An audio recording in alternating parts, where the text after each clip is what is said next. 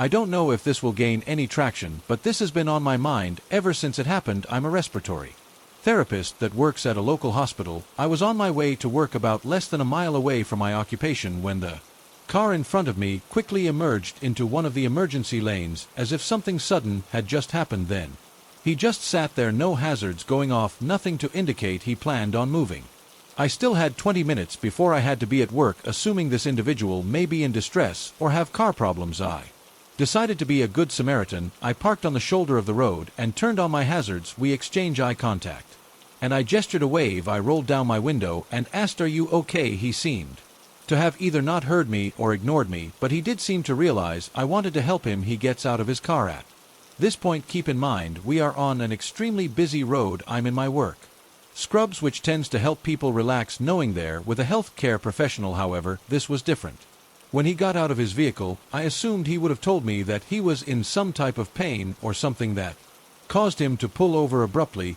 He'd been driving fine the entire time I was behind him, so I casually get out of my vehicle and walk over to the back end of his car. This is when I officially start a conversation, asking if he's hurt, is something wrong, all the basics. But the thing is, his eyes were cold. He had this body language to him that almost made him seem a little unhinged or skittish. He had not answered any of my questions, so I tried once more, asking, "Hey man, we're in the middle of a busy road. Is there something wrong with your core or something going on with you?" He simply replied, "No." I started to feel the sensation of discomfort, like he wanted to do something to me but was restraining himself, so I continued to play it off. He didn't seem drunk or high, but he had these black beady eyes that I could not stop looking at. It was as if he was just a vessel to something dark. I tried to continue the conversation. "Why did you stop, man? You don't want to get hit out here." He replies, "I don't know. I don't know where to go." I didn't know what he meant by this, so I questioned further by saying, "Do you know what city you're in right now? If you're lost, I can't tell you where the nearest highway is," which was also less than a mile away. His reply was a little chilling. "Anywhere," but here I was now confused. He didn't know where he was, but felt this urge to get out of the area as quick as possible. So I asked, "Well, what direction are you wanting to go?" 75N will take you to Dayton. "You take 75s, you'll head to Cincinnati." He asks, "What would you do in my position now?" I have no idea what he meant by this. I simply said, "I don't know what kind of position you're in, man. Can you drive? The hospital I work for is within view, and we don't have to go in. I just want to make sure you don't get hit." He agrees to follow me, but once I turned on my blinker to turn into the hospital, he completely stopped following me, pulled a U-turn, and sped off. I know this isn't the creepiest thing in the world, but you really have to try to understand just how foreign and strange this behavior was. Each time we engaged in conversation, it was as if he was contemplating to tell me something, but ultimately remained silent. From the looks of it, he drove a red Toyota Yoda, a RAF4 hybrid, maybe. So I mean, he didn't have a broken down car or looked like he was a substance abuser. He just seemed incredibly nervous, and his fast motion gestures and twitches and his body language has left me puzzled, and it still gives me shudders when I think about how he moved and talked. The lack of response, declining any help, not explaining a single reason as to why he just decided to park on the side of the road. A simple, "Oh, I'm just lost," would even be enough for me to feel better about the situation. He just seemed incredibly paranoid and hesitant. On top of it, the entire conversation led nowhere to his situation or why he was acting so strange. I just wanted to make sure he didn't need help or get hit by a car. Anyway, I'll update if I hear anything about a patient coming in later. He also has a face that is burned into my memory. I just got this gut feeling to leave, but be as polite as possible. Does anyone have any thoughts on this? Hello, friends. I've been a lurker of this subreddit for a long time, and I figured it was high time I shared some of my spooky tales. First and foremost, my name's Mickey. I'm in my 20s, and this story happened when I was still a munchkin below the age of 12. You'll have to excuse how overly sarcastic this story may seem. It's still scary to talk about, and humor is my defense mechanism. Anyway, when I was still KNE high-ish, my grandmother Tilly and I used to go on yearly road trips, either across our own country or the one next to ours. We lived relatively close to the border. Well, on this particular occasion we decided to travel across our neighboring country. We'll call my home country A and the neighboring country B. My grandmother had a friend in the more yeehaw part of Country B that she hadn't seen in a minute, and after some planning they figured out the best time for the two of us to make our trip. I was excited when my grandmother first told me about the trip. I had no idea where we were going, but the idea of going on a road trip with Graham was so damn exciting. I could hardly contain myself. Fast forward a few months, and we finally hop in the car and head off on our merry way. The trip would take approximately a week. My grandmother wanted to see all the neat stuff along the way, and traveling with a child such as myself required a lot of pit stops. I wasn't necessarily a bad traveling companion, I just had a small bladder, and anyway, we were on the last stretch of the trip when my grandmother had to pull into a gas station to fill up. We were practically running on fumes, and I really had to go to the bathroom. We pulled into this middle of nowhere gas station, and after my grandmother had filled up the car, we hurried inside so I could empty my bladder. The moment we walked inside, all the alarm bells in my tiny brain went off. I had no idea why I was feeling the way I was up until I set eyes on the clerk. I'm not usually one to judge a person by how they present themselves, but old boy looked like he was straight out of a serial killer documentary. Currently we're smack down in the center of ye territory in the middle of nowhere, and this man looks like he should be selling you high-end cars, not working at a rundown gas station. Old boy was giving me all kinds of bad vibes. I really don't know how to explain it other than that. Worst still, he was already smiling a little too widely when he spotted my grandmother. She was petite, blonde, and beautiful. However, when he saw me, you could have sworn he was looking at a Sunday dinner. Somehow his already very white grin only grew. Remembering it, even to this day, gives me the high GBs. Thankfully, Graham could sense a disturbance in the horse and shielded me from his predatory gaze. She paid for the gas and asked for the key to the washroom, which he took his sweet ass time getting. She walked me to the bathroom, which was disgusting by the way, and I quickly did my business, and we returned the key with great reluctance. Here's where things get progressively worse. When we were piling back into the car, old boy closed down the shop and got into his car. It doesn't seem too weird, right? Sure, he was really creepy, but he hasn't done anything too odd yet. Now, technically we had 2 days left on the trip. My grandma would drive in increments, 4 hours on the road, an hour off to explore, fill up, and whatever else. Then we'd find an inn or motel and spend the night. We traveled about 8 hours a day before turning in for the night. Well, when we left the gas station, old boy followed us for not the rest of the trip. At first we just assumed he was heading in our general direction. It was just the one road after all, but after the third turnoff and old boy was still tailing us, my grandmother finally realized we were being followed. This man proceeded to follow us for, and I wish I were joking, 12 hours. My grandmother refused to stop driving unless it was absolutely imperative. For anyone wondering why she just didn't call for help or why she didn't pull into a police station, don't worry, you're not the only one. To be perfectly fair to my grandmother, she didn't have a phone, and despite somewhat knowing where she was, it was still unknown territory. She wanted to get to familiar surroundings, so there wasn't the risk of getting lost. We finally made it to the city where her friend resided, and that's when we pulled into a police station. The mad lad pulled up next to our car just as we headed inside the building, and he watched us. I don't know what old boy was taking, but he sat there while my grandma talked with a lovely lady at the desk.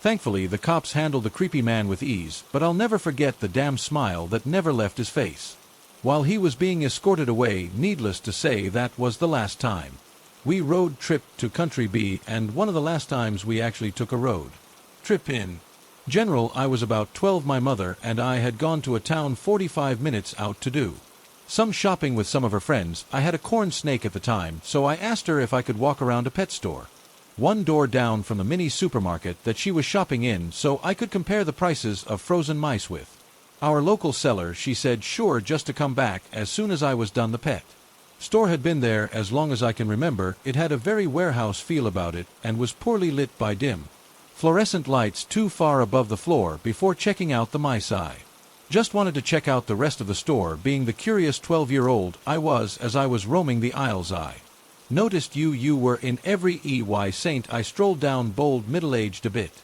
tubby, wearing dark blue plumber's overalls over a white shirt. It was summer and it was hot. I remember wondering why on earth you would come into a non-air conditioned building in that you carried a basket, but there was nothing in it. As you slowly stalked me down the aisles, I noticed your basket wasn't getting any more full. I started Walking faster, taking random turns down different aisles to see if I was just being paranoid, but you were always 10 to 15 foot behind me. At some point, I finally thought I lost you. I power walked out of the pet store, and as soon as I cleared the doors, I sprinted down the street to the mini supermarket my mom was in. She hadn't even made it down the second aisle completely. I caught up to her, immediately stripped off my bright pink hoodie and slung it in the cart, as well as ripped the hair tie out of my hair. I was smart for doing that, because when I looked back at the door, you were standing there, still carrying the basket from the pet store and scanning for any sight of a 12-year-old girl in a bright pink hoodie and ponytail. When we left, I saw you in your van as you drove away, a plain white van like something out of a true crime documentary or horror film. I think about you sometimes, and how if you'd caught me before I got to that supermarket on that quiet Wednesday afternoon, what horrors could have been waiting for me in the back of that van. Guy in the overalls who followed me out of the pet store without even putting down his basket, even after 10 years. Let's not ever meet again. When I was 16, I was in a choir at my high school that performed for a lot of different events around town. One of them was to sing at the middle school sporting events. The middle school in my hometown is just about half a mile from my childhood home, so whenever we had events there, I walked. This one night, I think in November, we had to sing at about basketball game, and it was obviously dark when I was able to leave.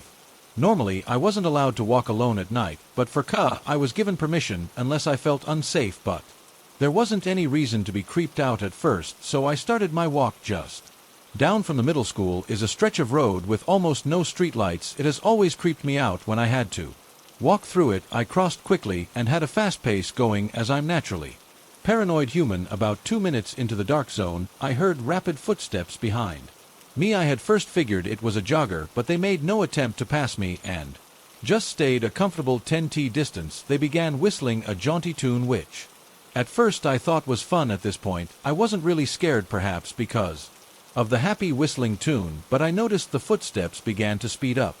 There were no cars on the road, and given the lack of light, when I turned around, all I could see was a silhouette shrouded in darkness. At that realization, I quickened my pace to barely under a run. The whistling continued, getting more breathless as this person began to run after me. I looked back to see a dark figure coming at me full speed, and in terror I began to run frantically as well. I will never forget those last moments running through my dark subdivision, hearing his whistling and footsteps getting closer and closer. This person followed me up to my door. I ran inside and locked the front, checked all the other doors, and went to my upstairs bedroom. From the window, I could still see a silhouette and could still hear him whistling. I slept with my knife that night. It has taken me many years to tell this story out of both fear and embarrassment.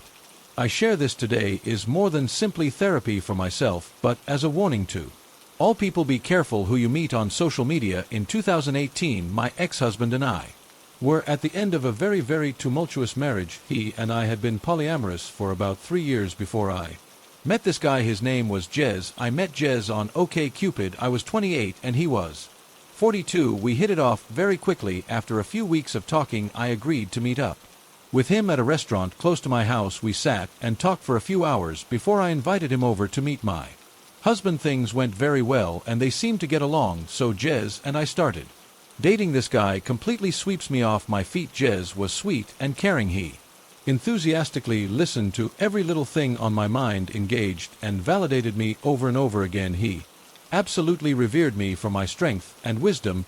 He practically worshipped me for all that I was and all I was becoming. He showered me with gifts, flowers, and random good deeds just to make me feel safe, wanted, and cared for. I'd never been in a relationship that felt quite like that. It was wonderful. It was as though we'd been looking for each other for years. After the first few weeks, he had a meltdown over my polyamorous nature. He pulled the plug because he said he was already falling for me and couldn't handle sharing me. I stood my ground and accepted this boundary and the fact that I would have to let him go. I left that night sad but confident that I'd done the right thing for the both of us. The next week, he sent me flowers and a car to my workplace, begging for another chance and reassuring me that he would rather try than not and end up regretting it, even though it was scary.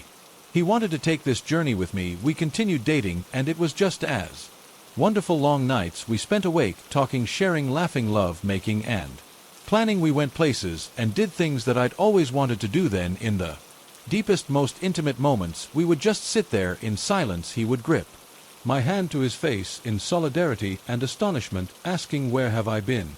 All this time our time together was effortless. We fit together like puzzle pieces. By August of 2018, my marriage, which had ended by no fault of Jez's, and by October my husband had moved out. I was on a lease at the time and knew I couldn't afford the place on my own, so finding a roommate was essential. I had no support system to fall back on, nor did anyone else I know need a place at the time, so Jez offered to move in. Even though I was hesitant, we'd only been together about 4 months, and I knew everything always changes when you move in with a partner. Despite my hesitation, I agreed. He was wonderful to me. How bad could it be? I was not prepared for the change that was to come. It was literally like night and day. Jay-Z suddenly became a different person. He was extremely controlling, jealous, and lazy. Nothing like the person I thought I'd met, and the way he treated me progressively got worse and worse. Hanging out with my friends became a burden, if not impossible, because he would blow up my phone guilting me about leaving him alone or not involving him in some way. Yet, when I tried to, it was also treated as a burden and inconvenience, as he would huff and puff his way through even the concept of leaving space for anyone but ourselves. In December of 2018, we attended my work Christmas party. I'd given him the option whether he wanted to go or not. It was really neither here nor there for me, especially because I'd already learned that he really didn't do well if he felt pressured into social situations. I opened the invitation to him because he had expressed to me over and over that it was important for him that he was involved in my social life for the full month he knew about it. He insisted that he wasn't going. I took it as him being introverted and didn't push the issue. I let him know that I would make sure he felt welcome if he decided to go, but not to feel obligated. I was surprised when he changed his mind at the last minute and insisted on going, and even more stunned when we went and he actively acted as though he did not want to be there. Everyone there was incredibly welcoming and included him in the festivities and conversation. However, he still practically grumbled the entire night about the whole thing, mumbling insults and critiquing every little part of the party under his breath, as though being there was absolutely awful to have to endure. No one really seemed to notice the low whispering insults and gripes. At one point, after a couple of glasses of wine, my direct manager leaned into Jazz and started praising him. She and I were very close, therefore she was intimately familiar with what I'd gone through with my ex-husband. "I'm so happy she has you," she bleated through wine. "Happy? You have been absolutely transformative for her. It's so nice to see her finally happy and appreciate it without missing a beat." Jez grimaced at the comment and quickly snapped back, "You don't know me." I honestly didn't believe my ears. It was one of those moments where time stops and you just know you couldn't have heard that correctly. I sat brewing on it for a minute before another light-hearted interaction with Jet prompted me to suddenly snap at him through grit teeth. "Stop it." This triggered me and I lost it. I pulled him outside and asked him what his problem was. I called out his behavior and told him if he was going to act that way, then he could just leave. That if he didn't want to be there, he should have stayed home. He ended up giving a sort of half-ass apology and we went back inside and finished the party. I remember the drive home that night, staring at out the dark window, had nothing in particular, and worried silence I might have messed up was my only thought through the entire drive. This all started out slow, of course, like waving me away or invalidating my experiences and ideas due to my age, that I was just dramatizing my experiences because I was young, that kind of thing. The man who not 6 months prior had validated me, my trauma and experiences to the ends of the earth. Now, every time I started a story or tried to share anything, even trying to plan out meals for the week, he would openly show annoyance, as though I was violating his time and attention. Before I knew it, he was snapping at me over every little thing. If I asked how his day was or talked about my day, he would aggressively shut it down. "Why do you always ask me that? I don't want to talk sharp at home. I really don't care about your work. It's work." Before I knew it, I couldn't even bring him a plate of breakfast without being snapped at. It was as though he was testing me. When Jez and I first started dating, he flat out refused to talk about most of all of his exes. He refused to name them or discuss any of the issues or lessons learned. They didn't matter. He would claim they weren't in his life for a reason. It was the same reasoning he also Used in reference to my more recent exes talking about them, including my now ex-husband may have well become off limits. Any time I brought up either of our exes, he would become incredibly agitated, belittling, and just overall very aggressive. I took this as both an age gap issue, as I have a tendency to dwell, as well as an insecurity and threat to the life he was trying to build. However, after he moved in and this hot-button topic had been established several times, he would bring up his exes and how they looked, telling me on more than one occasion he would have never dated me back in the day, and that I was lucky he lowered his standards. I didn't even really know what to say to this. I would laugh it off and shove it in my back pocket. Noted he then started bringing up my looks and accusing me of catfishing him. I'd stopped taking care of myself due to the isolation and had also put on some weight, so most of my clothes that I'd once felt great in no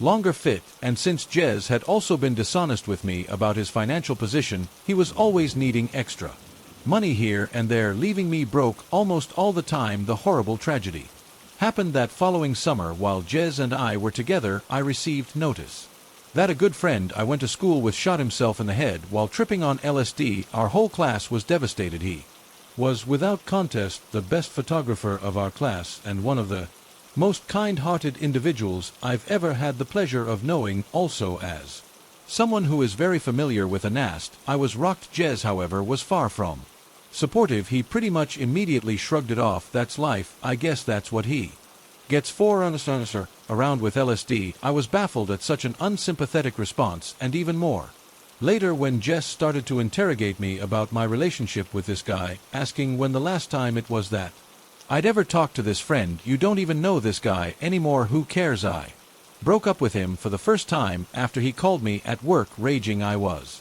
busy, so I wasn't able to answer right away, but once I was finally able to answer, I was met with intense anger. It was storming, and one of my dogs was having an anxiety attack due to storm and separation anxiety. This wasn't the first time, and he was well aware of what she needed in those moments. Why the aren't you answering my calls? You answer when I call you. I don't care where you are. He went on for a few minutes, calling me a shitty girlfriend and laying into me over my sudden distance and lack of communication while I was at work. At this point I was done, and I lost it. I tore into him over everything, especially causing problems for me at work. That being in my life is a privilege, and if he's going to wake up every day acting like he hates me, then I don't know what on earth he's even doing with me. I told him that I expected him to get his things and lead. I didn't want him there when I got home, and we could coordinate times for him to come and get the rest of his stuff. He flat refused, suddenly victimizing himself, claiming he had nowhere to go. How dare you make me fall in love with you? How dare you take me to meet your father and then dump me? My manager and her husband ended up following me home that evening because she was concerned for my safety and had offered to let me stay with her for a few days. I will never forget the scene I walked into, like Theon Greyjoy begging for his life. My boss stood next to me watching as this 42-year-old man crawled on his knees before me, begging for mercy and communication, at one point wrapping his arms around my legs, crying into them, "I can't believe this is happening. She's the love of my life, you know that," he cried to my boss. I couldn't believe what I was witnessing. This was the antithesis of a heartless person I'd been spending my days with. I shook him off and went to the back of the house, gathering enough of my things to get me through the next few days, as well as any and all valuables I could think of. It took a few days, but after about a week, Jess started blowing up my phone, apology after apology. Suddenly he was the man I met again, full of humility and self-awareness. He acknowledged the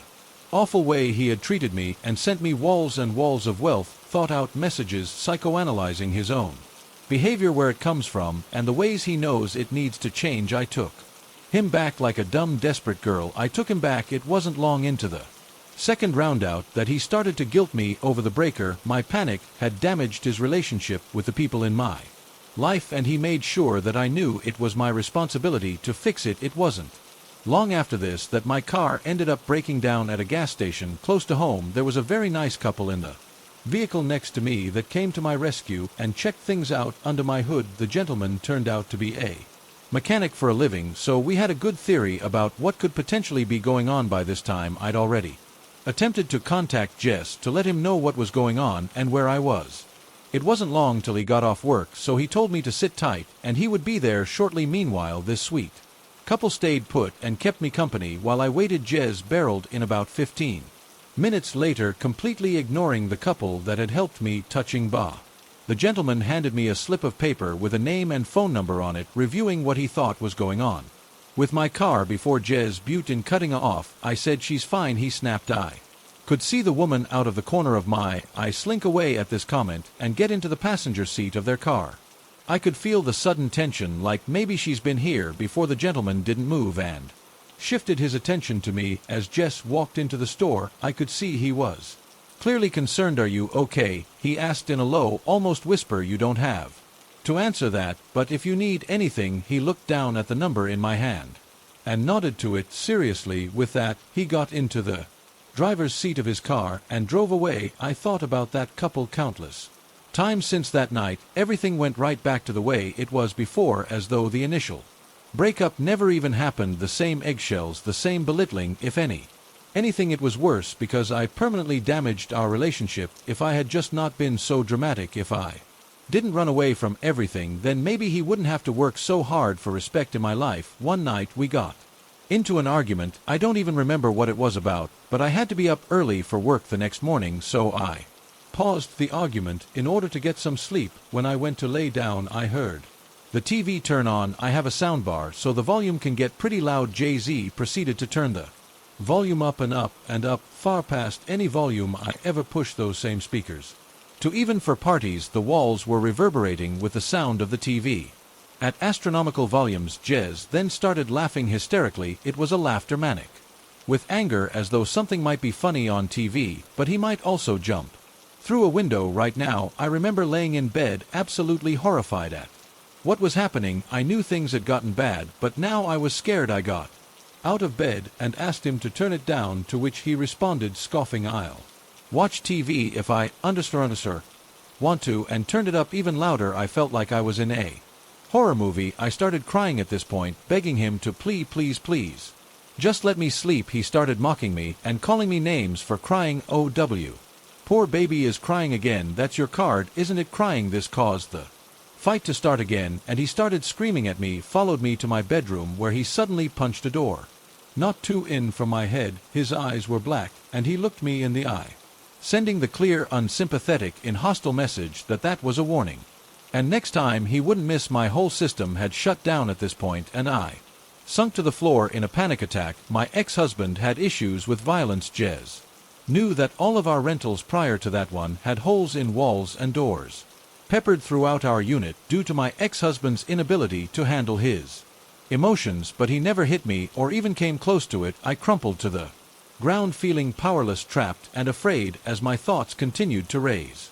He continued to berate and mock my panicked state. Most of our argument from that night was a blur, but ended abruptly once he threatened to put my social security number on the dark web. At this point, all that was left in me was to fight. I blacked out and went ballistic, screaming at him to get out. I felt rapid and dangerous as I screamed like a banshee for him to leave my home. It was over, and I was ending it that second. I contacted my landlord and explained what had been going on. Jez would also end up contacting her, weaving his own tale that I was moving out and try to have the lease transferred into his name. Luckily, since I was several steps ahead of him, my landlord didn't fall for it and contacted me immediately. She personally came and changed my locks for me, gave me the personal contact of a police officer close by in case he showed up again, and took half off my rent for the next month. I am forever grateful to her for these simple acts of kindness that were above and beyond anything I would ever expect from a landlord. It took weeks for him to stop messaging me. The only reason I didn't block him was out of fear that he would show up at my house. Though I had contacts for protection, I knew I would rather get a daily apology video than have to deal with him on my doorstep, so they persisted for a while. The same act from before the love bombing, the promises, grasping at straws, trying to find the weak spot where I would let him back in, but I ignored it.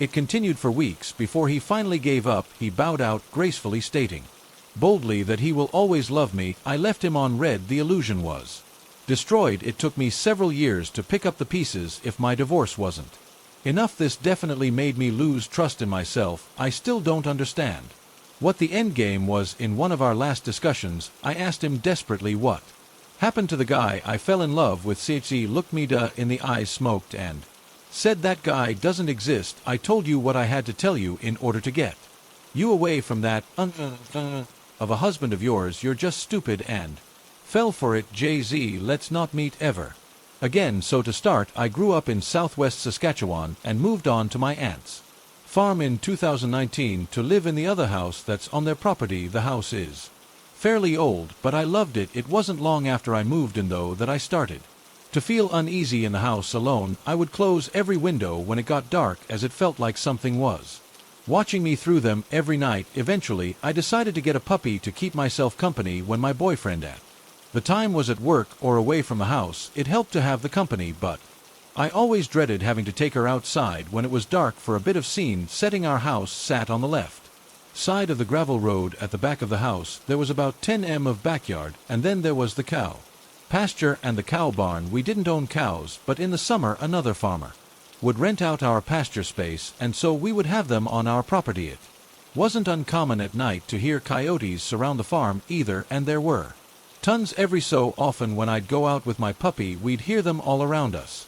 Too close for comfort. We had a farm dog too, who would keep the coyotes away for the most part, as she was huge, but every so often she'd wander elsewhere on the property to scout, and the coyotes would get a little too close for comfort. They always tried to lure my puppy out to them, but luckily I kept her leashed. Now, one thing you should know about my pup is that it takes her forever to find a spot to go to the bathroom. This is still a huge problem today, 4 years later, but back then it was the bane of my existence. She would pace for at least 5 minutes, and that was only after finding a suitable spot. Sometimes we would be out there for damn near a half hour, just so she would go. On this particular night, it was raining pretty heavily. I was not happy to be out there, and she decided that she wasn't going to go until she found her perfect spot. We had already been out there for 15 minutes, and at this point she was also getting frustrated with the rain and wanted to go inside, but I wanted her to go before we went in, since we'd already been out there for so long. So, as any annoyed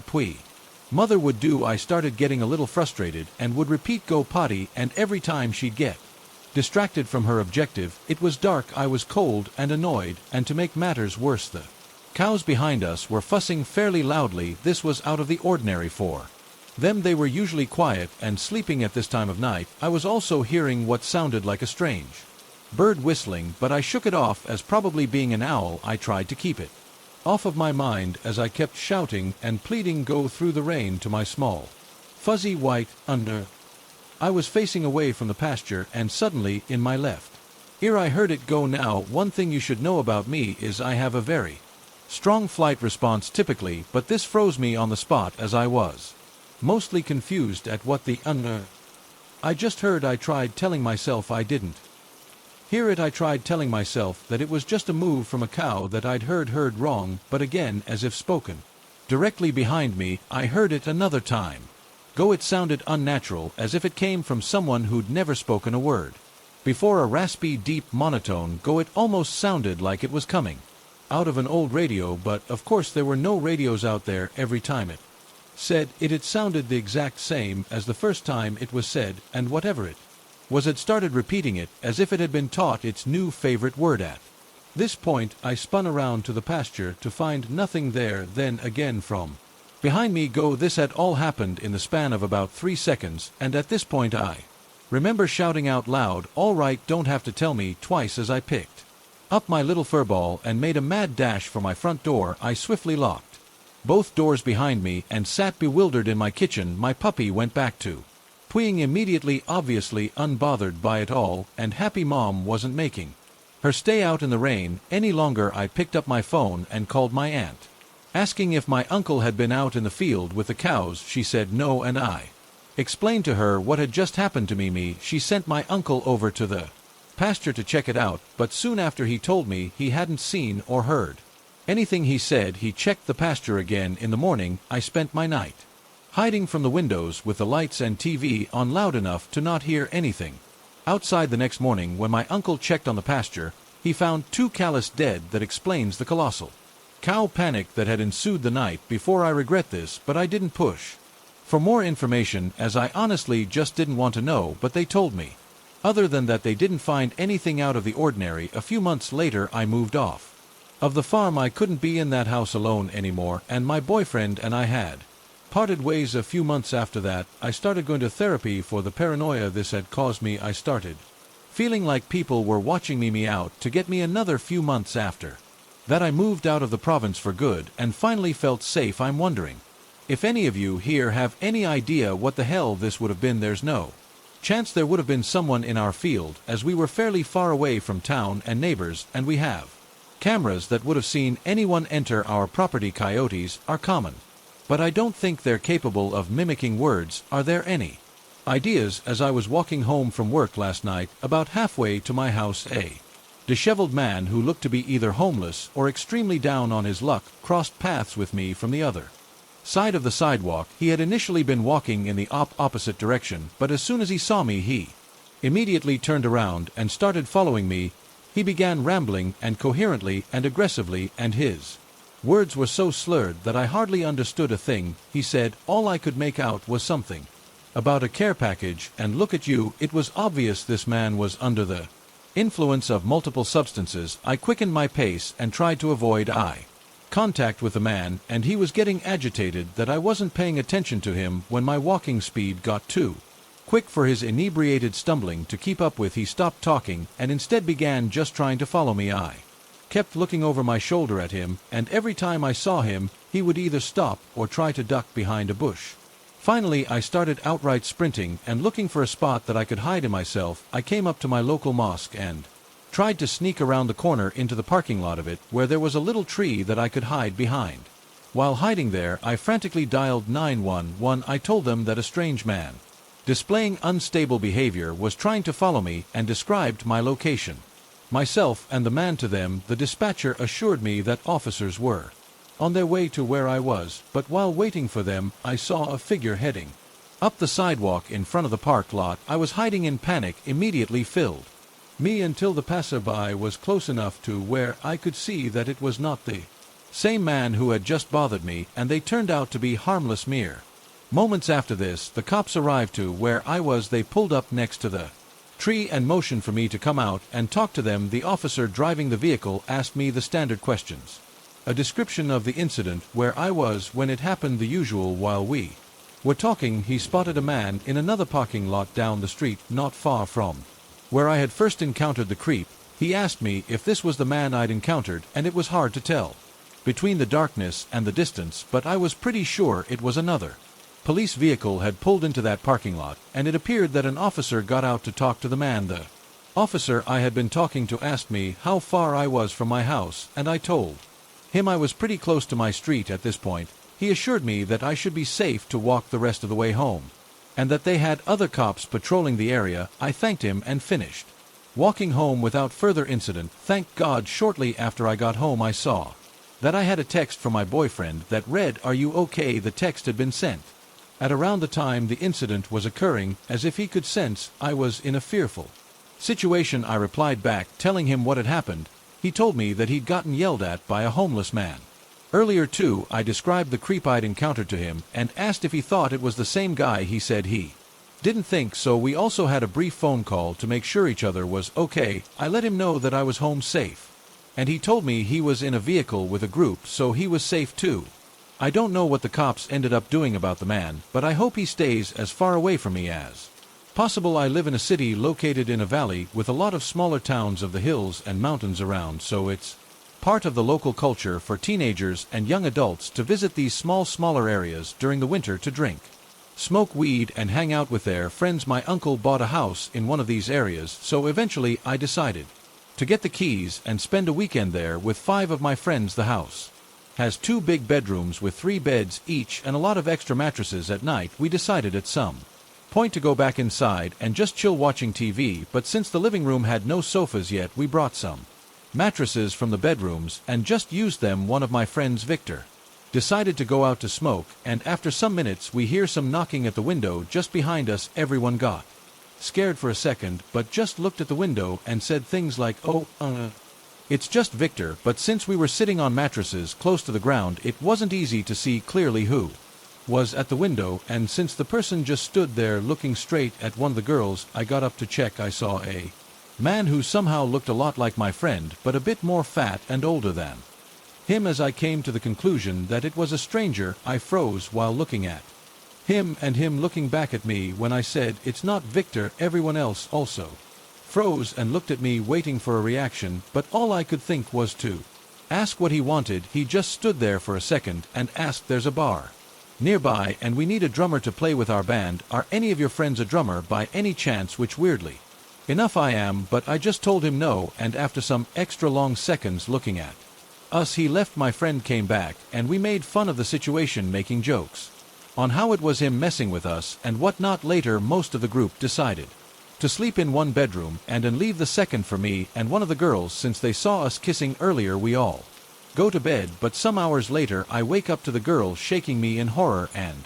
whispering that she heard something coming from the kitchen. So I get up, tell her to lock the bedroom when I leave, and go check the sound, like the understar who always dies first in films. As I pass by the second bedroom, I think about calling someone else to join me, but as soon as I see them all sleeping, I hear something at the kitchen's window. I quickly move there in silence, check around, and as soon as I find and grab a knife, the door opens right in front of me. It was the same guy. I knew it was no joke since I just saw my friend sleeping. It probably took like 5 to 10 seconds of us staring at each other, but it felt like an eternity. While still holding the door handle, he made a slow movement with the other hand towards something under his shirt, which was probably a firearm or a knife, but I also lifted my hand, showing him the knife, so he stopped. The kitchen was quite small, so we were standing pretty close to each other, and at this point we both knew it would end bad for both of us if he tried something.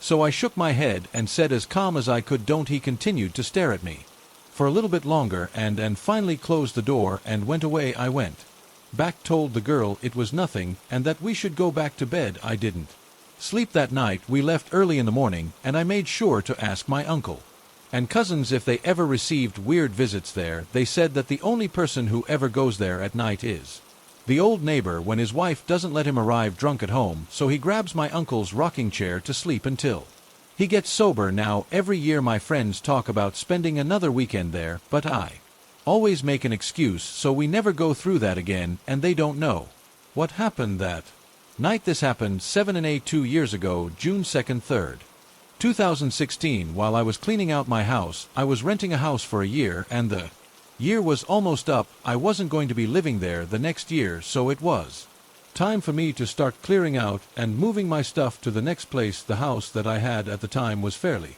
small, but it was plenty of space for just me. I lived there by myself, and I had just finished cleaning out the living room, other than some basic furniture, and I'd moved on to clean in the kitchen. There were quite a few cabinets, so many that I didn't use a good number of them. I was looking through some of the ones that I didn't use to make sure that there was nothing I had in them. One of them I opened up, and I saw something in the back corner. It looked like some type of shirt or rag. I grabbed it and saw that I didn't think it was mine, but when I moved it, it revealed a small white lever that I could barely see. The cabinet was in the corner, sort of by the sink and halfway blocked by the stove. I thought it was just another pipe, but it just looked a bit different to me. In order to get in, I had to crawl inside the cabinet, which was pretty large. Once I got inside, I saw there was a small trapdoor to the side leading into the wall. I couldn't believe what I was seeing. You had to be completely inside in order to see the detail of it, and I decided to open the door, which led to an extremely narrow hallway with a sort of crawl space. But when I got farther inside, I was horrified. I saw that there was food as well as several blankets, as if someone had been living inside of there. The good news, at least to me, is that whoever was in there was gone. I tried to make sense of it and figure out how long the person had been there and how I didn't know about it. I was gone from the house a lot with work and other stuff, but I didn't know how it was possible for someone to live in there without me knowing. I continued cleaning until it got pretty late, and the next day after work I continued. I was still kind of in shock with finding a secret room in my house and decided to look at it once again. I opened the cabinet and went inside. Then I pulled the lever open just like I had the previous day, but this time as soon as I opened it, I saw a movement and then saw a person. For a split second they slammed the door back shut on me, and I Immediately turned and ran all the way out of my house to my car and then called the police. I was so scared that I started driving away as well. I opened up my phone, told the police the whole situation, and they came to my house a short time later to find that whoever had been there was now gone. I was absolutely disgusted knowing that this random person had access to my house for who knows how long. It felt like a vivid nightmare I needed to wake up from. I still remember this date 7 years later. It stayed with me like a scar. I don't know if I will ever heal from. Luckily for me, I moved out the next week. I really don't know how long the person was living in my secret room, but thankfully it never gave me a problem. Denoise. This story happened to me back when I still lived at my parents' house. I was commuting to college at the time and had 3 siblings that also lived at home, my brother and 2 sisters. For some context, we lived on 5 acres in rural Ohio, surrounded on both sides by woods and farm fields. Additionally, during the week my dad normally left for work at 2 a.m., so I always felt like it was my job to be the man of the house because he was gone during the time when you would imagine something sketchy happening. However, on this night, because it was a weekend, my dad was home. I woke up to the sound of my brother's voice trying to get my attention. We had separate rooms upstairs, and coming out from our rooms you could look down over the banister and see our front door. When I woke up, it took a few moments to get out of the haze and realize what was going on. I looked at the clock and it was around 2:30 a.m. and my brother told me there were 2 men at our front door. Of course, now this is a real wake-up call. We quietly walk out of my room and peek over to look down at the front door. When we looked down, there was no one at the door, but I noticed my parents to the side out of view of the glass on the front door. I whispered down to my dad, and he told me there were 2 guys who'd been talking to each other and knocking on the door. Hearing my dad say this freaked me out even more. I went back into my room and grabbed my pistol, quickly shuffling down the stairs after looking to make sure they weren't at the door. If they had been, they would have easily seen me coming down the stairs, as it is in direct view of the door. My brother is right behind me as we head over to where my parents saw, whispering to try and find out what is going on. My parents had woken up to our dog barking and come out to see these 2 men knocking loudly at the door. At this point, we see the men return and they begin knocking again, despite the fact that no one would come to the door, and our dog is still actively barking. The fact that they were there at this time in a location where houses are spread out hundreds of yards and still knocking while the dog was barking made the situation even more terrifying. After a couple of minutes, the men walk away and we all shuffle across the kitchen into the family room to peek out of the windows into our driveway, which is lit up by our outside light. There was a black Cadillac sitting there, but no one was inside from what we could see. Immediately the question was, where did those guys go? They weren't in their car and they were no longer at the front door. Unfortunately, we figured out the answer when the handles on our back French doors started jiggling. They were actively trying to enter the back of our house, which enters the kitchen. At this point, I just remember my mom frantically saying, "David." His pure terror overwhelmed her. At this point, 2 things happened.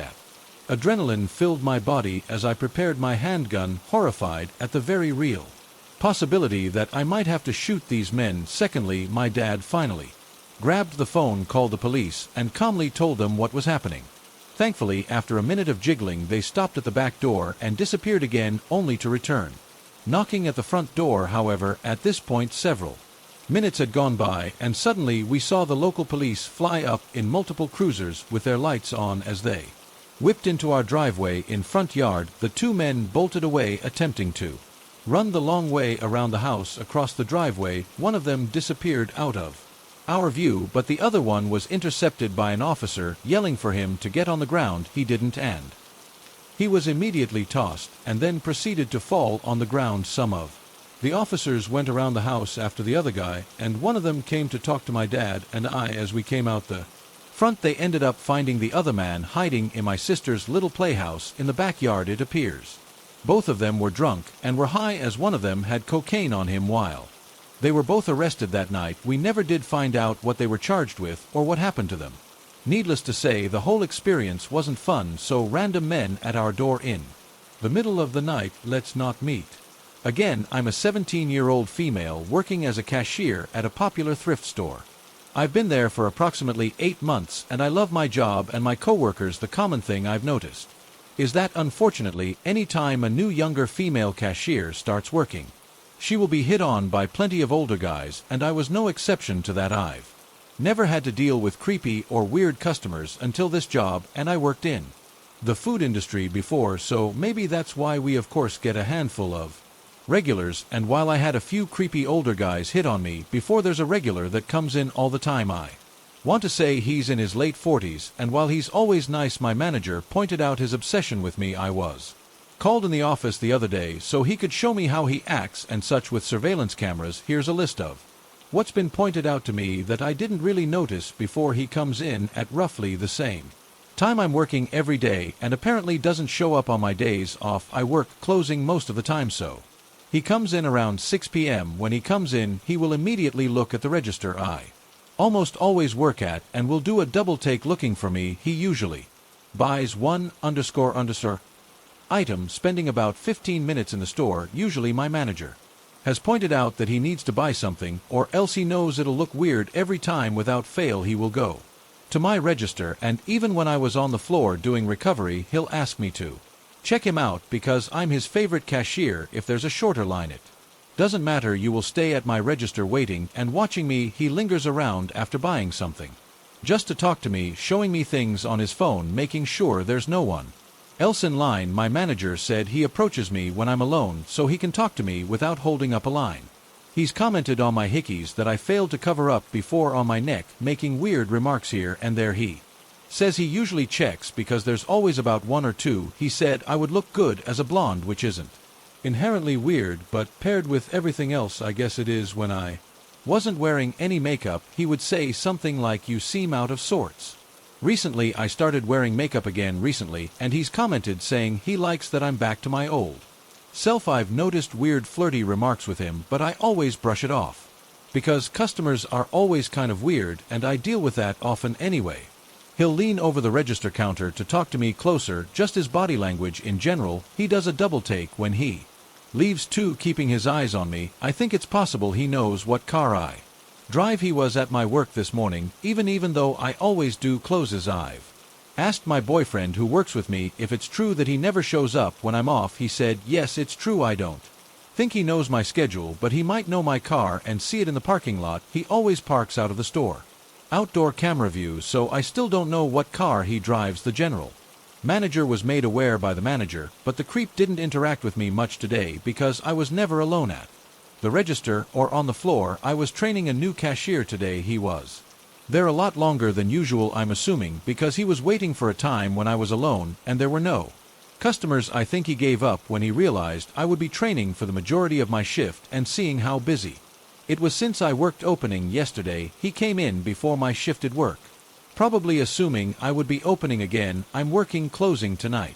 Apparently he came in earlier and saw the new cashier, so we actually ended up asking one of them new cashier who quit, probably thinking I quit. It's only for 33. He usually comes in around 600 if I'm closing. I'm just waiting to see if he shows up for the second time today. I doubt he will, since he might think I don't work today. My manager and I are going to keep a log of what time he comes in and leave. I'm going to keep his phone number saved in my notes so I can look him up and hopefully find his name and other information. I will possibly keep my phone on the counter to voice record what he says. I wish I could record him in person, but it would be too obvious. If I get shown more security footage, I will video that instead.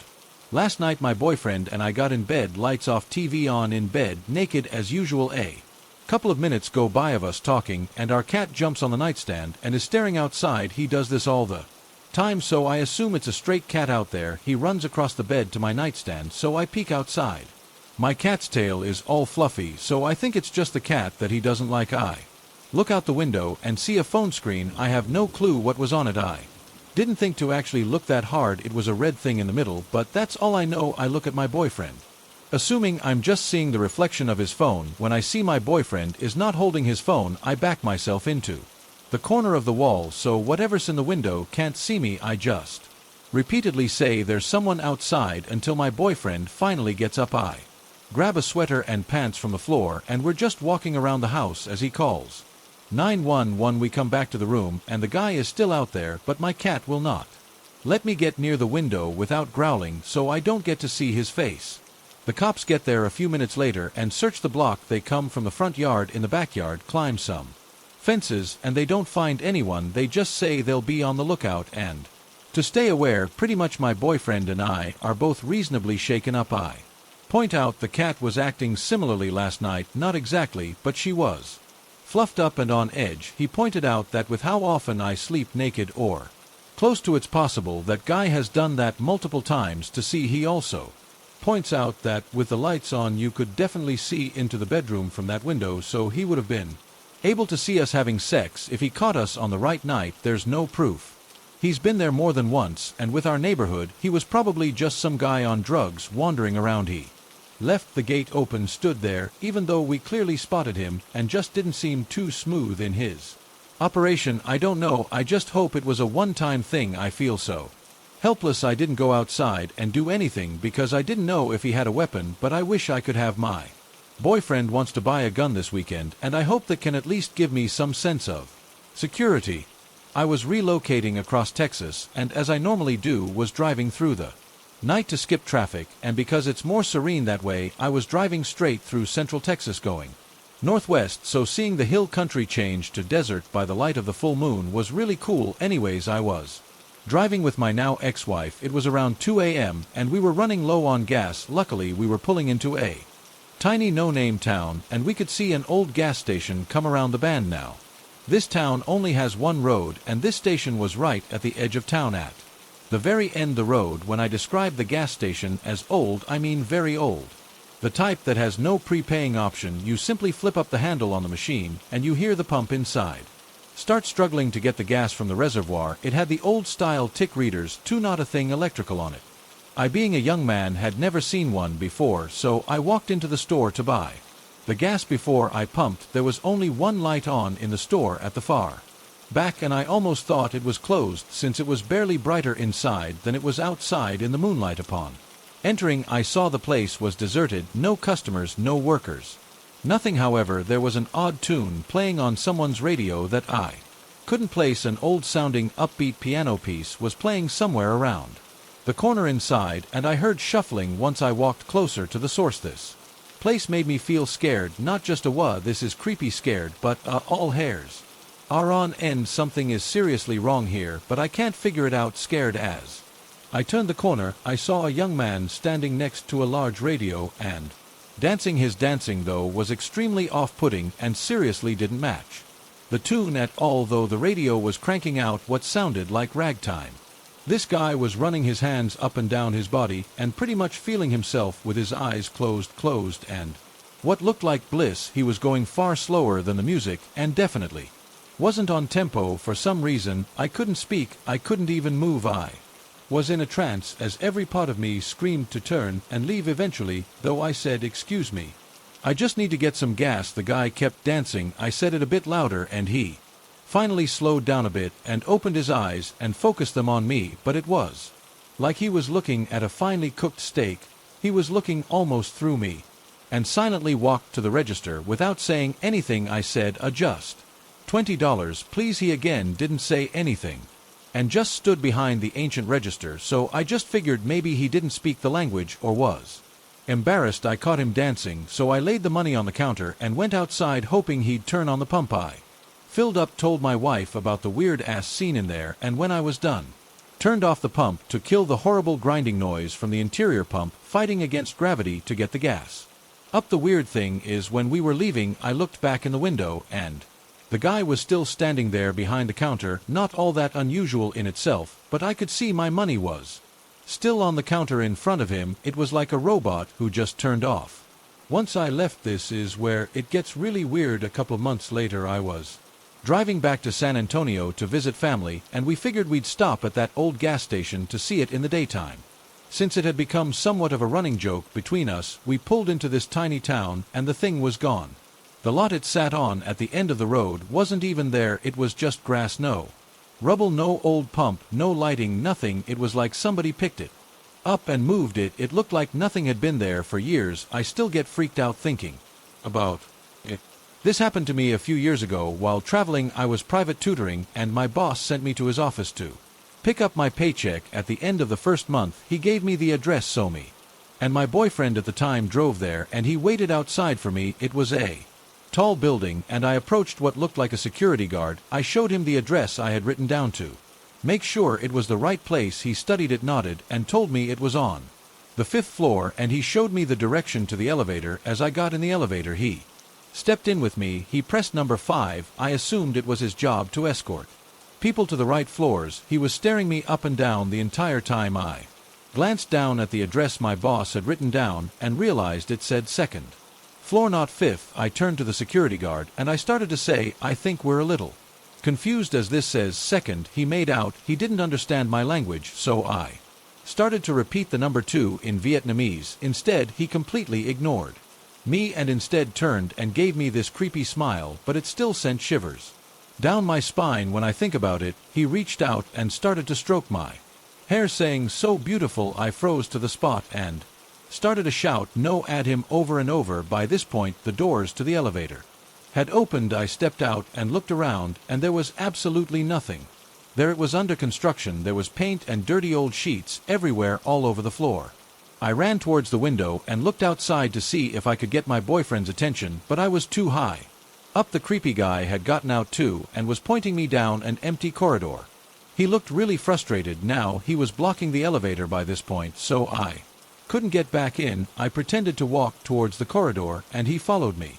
When I got to the door, I bolted back to the elevator and started to press the button to the ground floor, and he followed me. Whenever the doors closed, he would just press the button from the other side and they'd opened again. He was shouting at me in Vietnamese and looked angry with me. The adrenaline had kicked in and I was literally thinking about anything I could use or how I could defend myself if he tried anything with me. I started screaming as loud as I possibly could to make him back off as I pressed the ground floor button and the doors began to close again. He smiled at me once more, this awful creepy smile that I think about all the time. My heart was in my mouth as I imagined what would be waiting for me when the doors inevitably opened again. To my surprise, the elevator started moving towards the ground floor this time, and I managed to get out. I ran out as fast as possible and was crying by the time I got to my boyfriend. He wanted to go back inside, but I stopped him and made him drive me home fast the same day. I called my boss and explained what had happened. It turns out I wasn't even in the right building, never mind the right floor. I blame myself for getting the wrong address, but different country in that I don't know why the guy in there pretended I was in the right location, or what his intentions were with me, or even why he decided to just let me go. Maybe he was trying to scare me, or maybe he was trying his luck with me. I have no idea, but I think about it from time to time or tell the story again to someone, and it really creeps me out to think of what could have been. I've never gotten in an elevator with a man again either. To preface this, I love to drive, like hours-long drives to nowhere with no destination in mind, just me, my music, and the road ahead of me.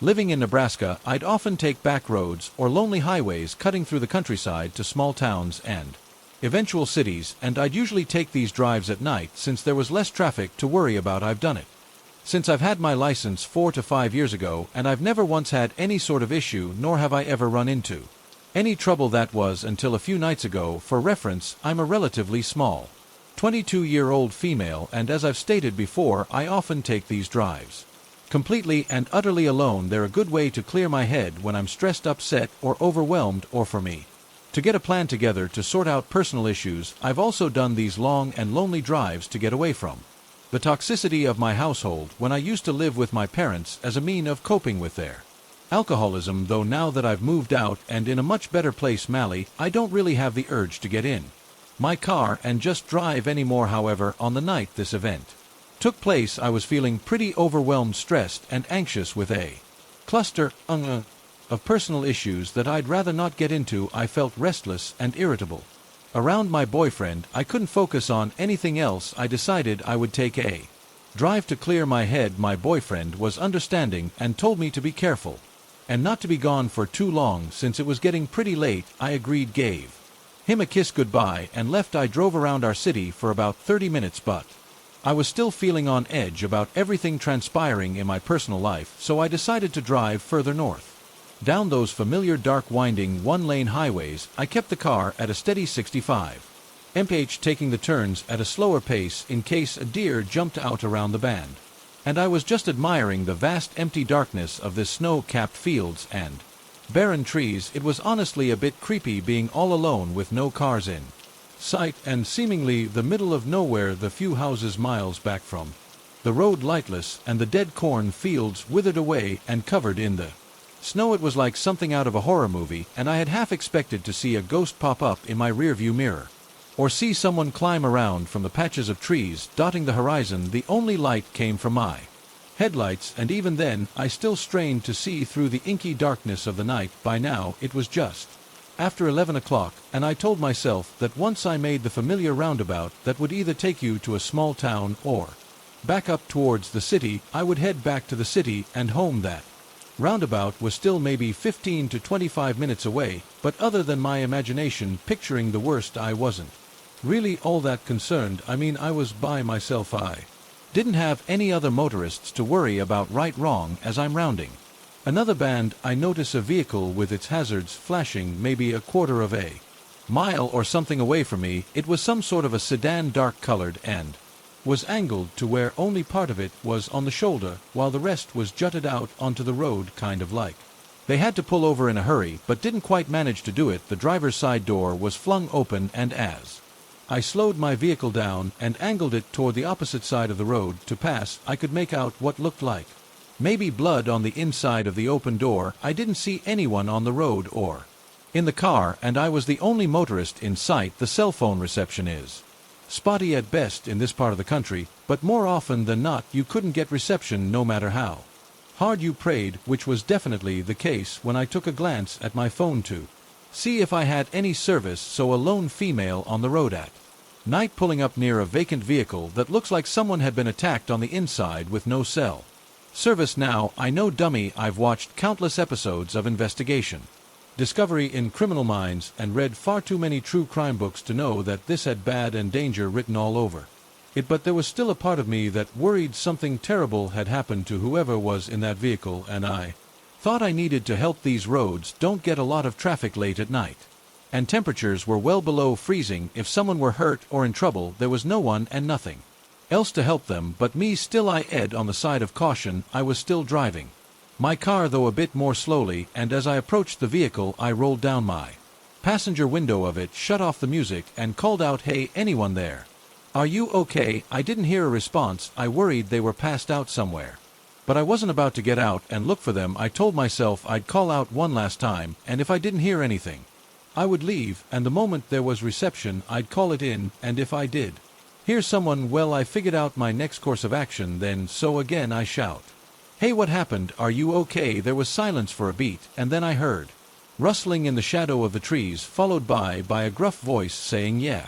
I was relieved at first and was about to say something in response, or possibly even stop my car and get out, when I noticed three things nearly simultaneously as I inched my way past the front of the sedan. I noticed there was no damage to the hood or anywhere else on the vehicle, which I found to be strange considering the blood on the inside of the door in my rearview mirror. I caught a glance of someone coming out from behind the sedan, and they were making their way towards my car fast. The person did not have any blood on them or appeared injured in any way. They were wearing a mask, not like the face mask for the pandemic or a ski mask or anything normal, but one of those masks you would see in the Purge movies, and they were holding something in their hand. I don't know what it was. I couldn't get a good look, but from its length and shape my guess was maybe a tire iron or a crowbar or something. I don't need to tell you that I slammed on the gas the moment I noticed those things and drove like a bat out of hell, my heart thundering in my chest and my entire body shaking. My window was still rolled down in my haste, and the music was still shut off, so I could very clearly hear someone, definitely a man, shouting at me, though I had no clue what they were saying. I just knew I had to get out of there immediately. I stole one last look in my rearview mirror as I drove away, mostly to see if they were getting in their sedan to follow and chase me, or if they'd stopped. The man with the weapon was still standing in the middle of the road watching me, and right before I looked away from the mirror I saw a Second man emerged from the trees that had been rustling earlier, also wearing one of those creepy masks and no trace of blood on him. I probably broke every law for speeding that night, but I wanted to get as far away from those men as possible. As soon as I made it to the roundabout, I turned towards town, parked in the Walmart parking lot that thankfully still had cars from who I assumed were workers closing up shop, and proceeded to have a full-on meltdown when I could pull myself together. I called one of my friends T, who was a police officer, to tell him what happened and what I should do. He was concerned for me, and after asking if I was okay where I was, did they follow me, and stuff like that, he told me since it was out of city limits he couldn't do much on his end, but he could get in contact with the local police and sheriff in that jurisdiction to take my statement and check it out. I agreed, thanked him, and while I waited for the police to show up, I called my boyfriend. Through the hysterical sobs and panic, I managed to tell him what happened not even 10 or so minutes ago. He was, as you can imagine, really freaked out for my safety and wanted me to either come home immediately or drive down himself to take me home. I told him the police were on their way to take my statement, so I couldn't leave, and that I was okay, but I stayed on the phone with them until I saw the familiar police cruisers pulling into the lot. I gave the police my statement, and they assured me they would go back to the spot. I told them the sedan had been to take a look, and that they would try to catch the guys who did it, though with no cameras and no description of the men, I wasn't sure they'd be able to. I didn't even get the license plate, though at the time of my panic, the thought never came to mind until the police were asking if I got it. All they had to go off of was a dark-colored sedan and two guys with masks. After I gave my statement, I went home and stayed curled up close to my boyfriend the whole night, listening to every sound the house made in fear it would be those guys arriving any minute to finish whatever it was they started. Since the incident, I haven't heard back from the police about whether or not they have any leads, and I'm not sure they ever will. I'm just thankful I'm still here and that I didn't stop my car or get out. I'm not sure what would have become of me if I had. I still have so many questions that have no answers. What were they doing? Why was that blood on the inside of the car? Were just a ruse to get more attention? If it was really blood, did they hurt someone else? What would have happened to me if I'd stopped my car? Needless to say, I won't be going on any more late night drives to anywhere, and I hope I never cross paths with those freaks again. This happened to me 3 nights ago, and I'm going crazy trying to figure it out.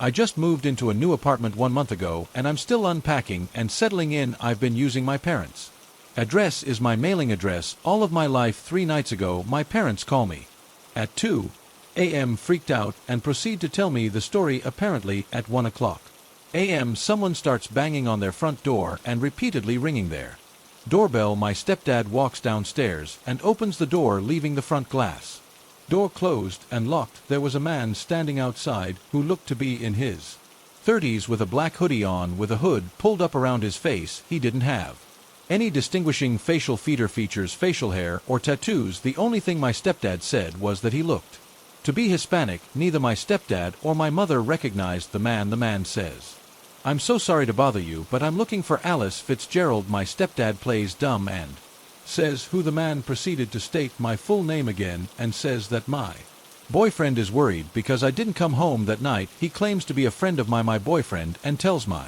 stepdad that they are both out looking for me, worried because I didn't show up at home. I don't have a boyfriend. I live by myself with my 3 dogs and haven't been in a relationship in the past 5 to 6 months. Here's the weird part. My stepdad asked the guy what boyfriend he was talking about, and the man tells him the name of the boyfriend I had when I was in 10th grade nearly 20 years ago. My boyfriend in 10th grade has a very, very unique Italian name. I've never met anyone with a full name even close to his. He says my high school boyfriend's name a few more times to ensure my stepdad heard him, and repeats that they are very worried about me and if my stepdad is sure I'm not inside. At this point, my stepdad is weirded out and closes and locks the door in his face. The man does not leave. He lingers in front of my parents' house for the next 10 minutes, smoking a cigarette and talking on the phone. Finally, my parents call the cops. About 5 minutes before the cops arrive, the man walks down to the dead end on their block and drives away in a silver car. My stepdad was unable to get the license plate. My parents file a police report and nothing else happens. After I hear this story, I'm going nuts over the weirdest details. How would someone know who I dated nearly 20 years ago, and what would the motive be?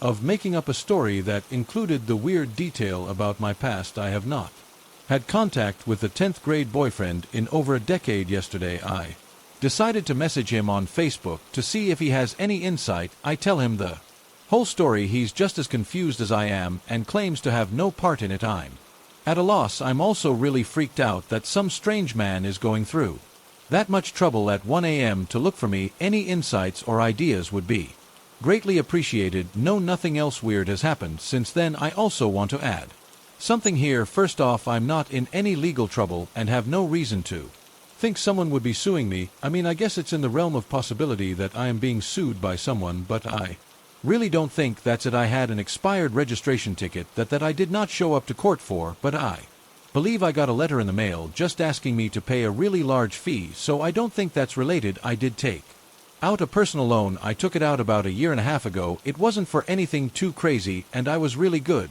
with making payments on it until about 6 months ago when I had a medical issue.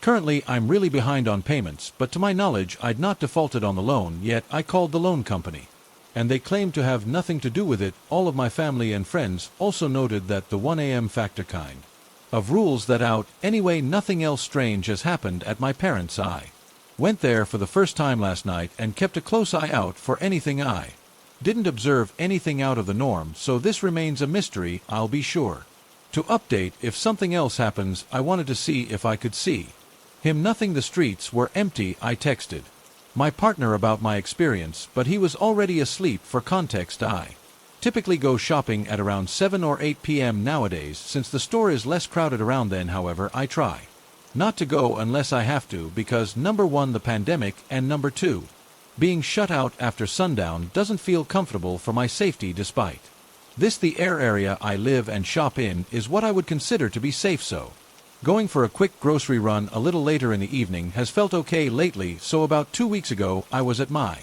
usual grocery store at around 7 p.m.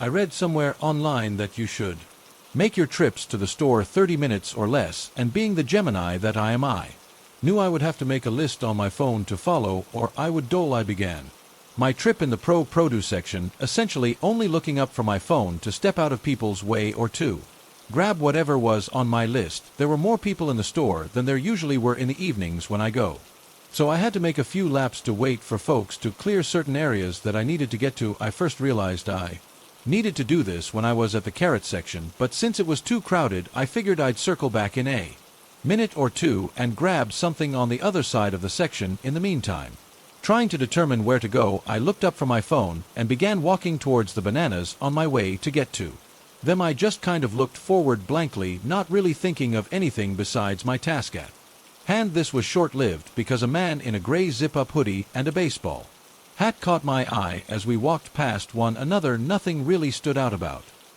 him besides the fact that he was looking at me and that he was walking really fast. I didn't think anything of it and kept forth towards the bananas as I gathered my produce and a few things along the way back to the carrots. I passed the same man again. He made eye contact with me again. Normally, I'm not one to really make eye contact with other patrons. I'm a mind my own business kind of person, but his demeanor just caught my eye. I also noticed that he was the only person in the section not carrying anything. It had to have been at least 3 minutes since we first passed one another, so to think that he was just kind of perusing around and not getting anything was strange. It's not like he just got there either. As I finally get the carrots, I make my way over to the bakery section, and the man passed me once again. This time I didn't make eye contact, but I turned around to see where he was going. This sounds silly, but the way he was moving around the store didn't make sense. I was working my way from the front to back, and he was walking erratically in all different directions.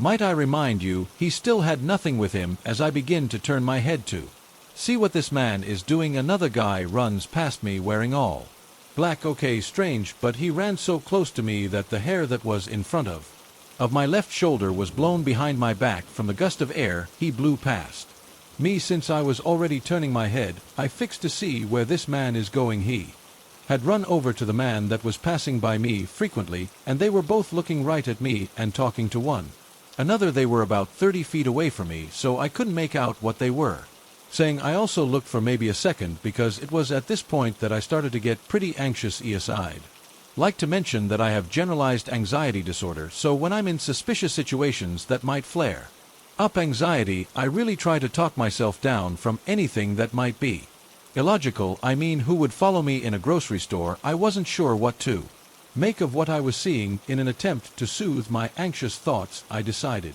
to continue shopping and tried not to fix it on the two men. I looked back down, counted my phone, and realized I forgot to grab lemons from the produce section, so I was irritated that I had to go back. I began walking head down when a woman taps my shoulder. I'm already feeling a myriad of emotions at this point, and to be touched by a stranger during a pandemic, I was really annoyed. I looked back up behind me to see who could have possibly been clumsy enough to knock into a stranger when my eyes locked with the woman's who bumped me. Now, this is kind of difficult to explain, but stay with me. It's a pretty popular thing among women to communicate solely through eye contact and body language. Now, I know that all people of all genders do this, but for women specifically, it's different. I've been out with friends that have told me save me from this creek without saying a single word, so to despite the masks and distance between us, something in me told me to listen to her. She rolled her eyes downwards towards the floor as if a ball were rolling past her feet in the exact direction of the men that were looking at me and lapping me. She didn't look directly at them, but I knew she was indicating she was about to say something about them. She looked back up at me and in a whisper told me heads up.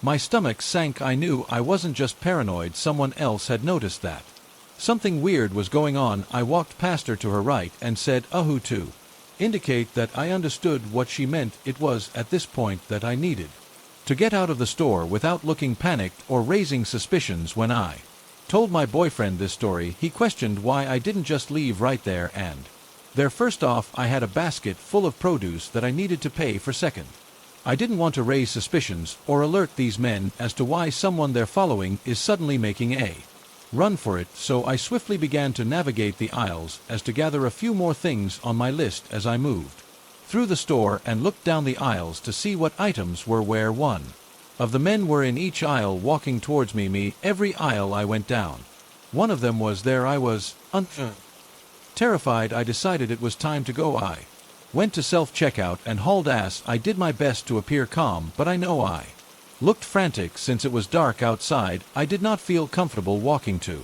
the car by myself. Once I was done, I approached 3 employees chatting amongst one another. I looked, got the attention of a female store manager, and thought on my feet. I told her that my ex-boyfriend was in the store following me and I needed to be walked out. In hindsight, I probably should have alerted them to what was actually going on, but I wanted to get out of there. No questions asked, and she didn't ask questions. She said, "Oh, okay, I'm getting security to walk you out to your car." And as the guard appeared from the back of the line, waiting to use the self-checkout, so did the 2 men. They made eye contact and broke left and right. When I tell you I almost pissed myself, my God, my heart was in my throat. Luckily, I didn't see the men outside. The last I saw them was by the self-checkout. The security guard so kindly walked me to my car and made sure I drove away, which I am so grateful for. I called my boyfriend sobbing since my anxiety was so high at this point, and he advised me to take a different route home and make 4 right turns if I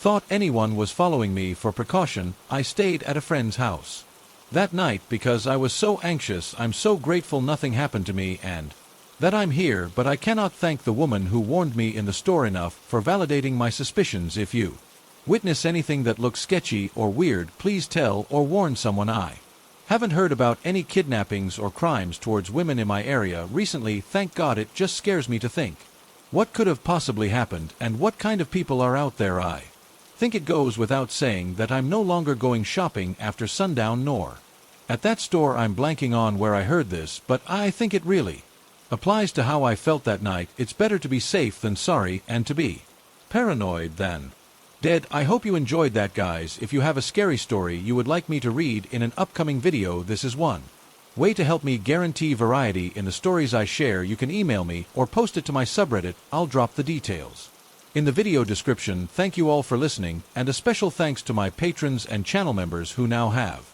early access to Adri videos as well as other behind-the-scenes content. Thank you to Rebecca, James, Mason Hayes, Chelsea Muffet, Lisa Apprentice, Michelle and Kevin, Amanda, Am, Rebecca Morris, Yennefer, Jessica L. Brock Ballard, Kim Thompson, Angela Reeves, Sher, AGI, Nathan Shadwick, Nicholas Johnson, Samantha Place, Cheryl Duckworth, Scout M405Z Harris, Unladylike 13. Ventura, California, Elizabeth Mayers, Alexia Tuttle, Mariana Rainey, Willow Sapon, Mary Wright, Jessica Copperfield, Zoe D, Danielle Shaw, Jane Wiggins, Tara Harris, Mary Rye, Callie Townsend, M. Dessa Edmondson, Kimmy L. Wendy Maris, Confessions of a Cleaner, Megan Abrams, Miss Tycoon, Stephen Sloan Christina Myway, Ashley Bray, Madisa Felter, Danielle Ina Marie Heckman, Amal Garner, Lisa Ratford, Deborah Malay, Connie, Sue T. Adwell, Diana Johnston, Vampy Debs Jasmine Davis, Erica Air Fox, Mulder Ram Beltran, Tina, Nick Bosie, Sarah C.H. Neal Kavanaugh, Tiara Sunders, Timothy Stratton, Jennifer Jenkins, LYD Rash, Maribel Deluna Michael O.M., Ollie, Marissa, Kuro, Amber Hops King Slim, Justin Beast, Gillespie, Joy, Dana, J. Blee, Anna, Stephanie McLaren, Lumine Kami, Skin Crawler, Adara Bella, Play 2006 Michelle Welchman, Dana B. Lisa McDonald, Clar Scott Madison, C. Wasp, Sting Jennifer J. Ashley, Liliat, Lee, Taya, Wyatt, Gina Laura J.K. 6 Venzio, Donna, Joey Big, G.C. Tanya Spaghetti Waiolo King, Matthew, October Gypsy, Lisa, Ollie Thomas, Build With Me Letitia, Fran Debs, Insomnic Cats, Stephanie Summer Rebecca Tyera, This Bad Kitty, Your Paypiece, Dilly, Lanning, Tripping Balls Through History, Samantha, Erica, Alyssa, Tracy Kellen's Place, April James, R. Jen Joy Handout, Legasis, Genesis, Karen, Kitu V Barry, L.J., Fiona, Xbox, Scott, I Like Booty, Monica, Level A Chris and Donna, Holly, Spry, Kimber, Jasmine, Centix, Heather, Haven, Kitty Cat Luna 2, ADHD, Aurora, Janice, Cinderella Baby Borderline, Betty, Lady, Draco, Erica, Nicole, Snowball, Rena, Melanie, The Honeybee 987 Pretty Girl, 21B, Ryan Brooke, Wendy, CFTYK Tina, Dina, Vampy, Debs, Patricia, Amber Krista, Brenda, Absent, Alice, Chrissy K